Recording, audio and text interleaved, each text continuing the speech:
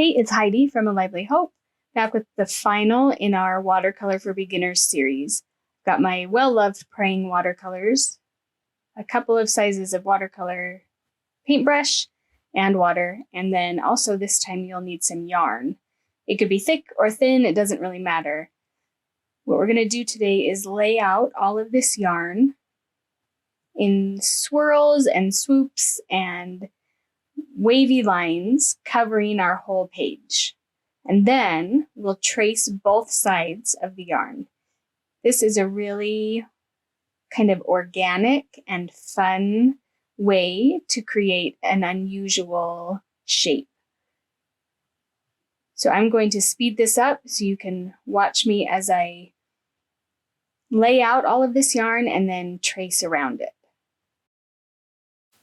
As you're laying this out, you want to make sure to cover all the spaces that you can and make sure to have lots of overlapping places where the yarn lays on top of itself and crisscrosses and loops around.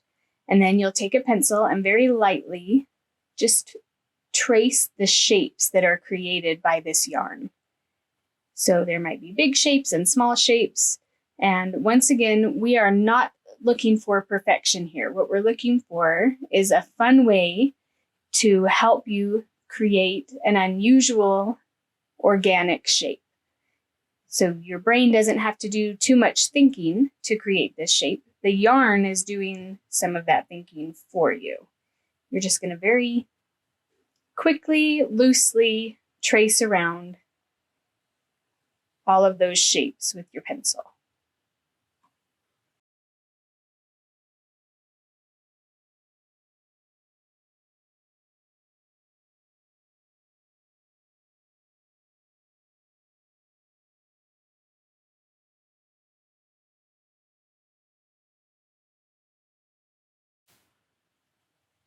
Once you've double checked and made sure that you've traced all of the spaces, then you get to remove the yarn.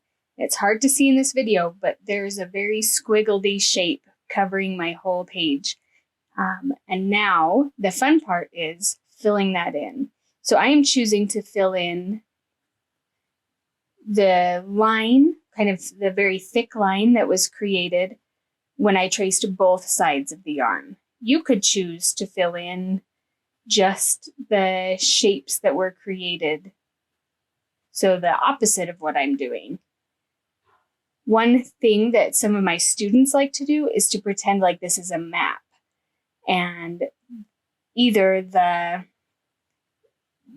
negative space, the shapes that we created, are the water, or opposite, the line that was created is the water.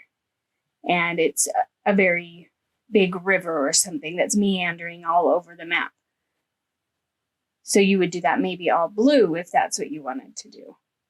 And then the negative space would then be islands or something in your map. I chose to just fill it in with all sorts of colors because I like to see how the watercolor blends. But you could absolutely do whatever you think is fun, or you could do this activity a few times and use it different ways. You could make the negative space the islands one time and then make them the water or lakes the next time. Or you could just be like me and fill it all in with. So now I will speed this up again so you can watch as I fill it all in, and then it will be your turn to trace your string and then fill in with color however you, as the artist, want to do that. Happy painting, and thank you so much for joining me on this series. It's been really, really fun to use watercolors together.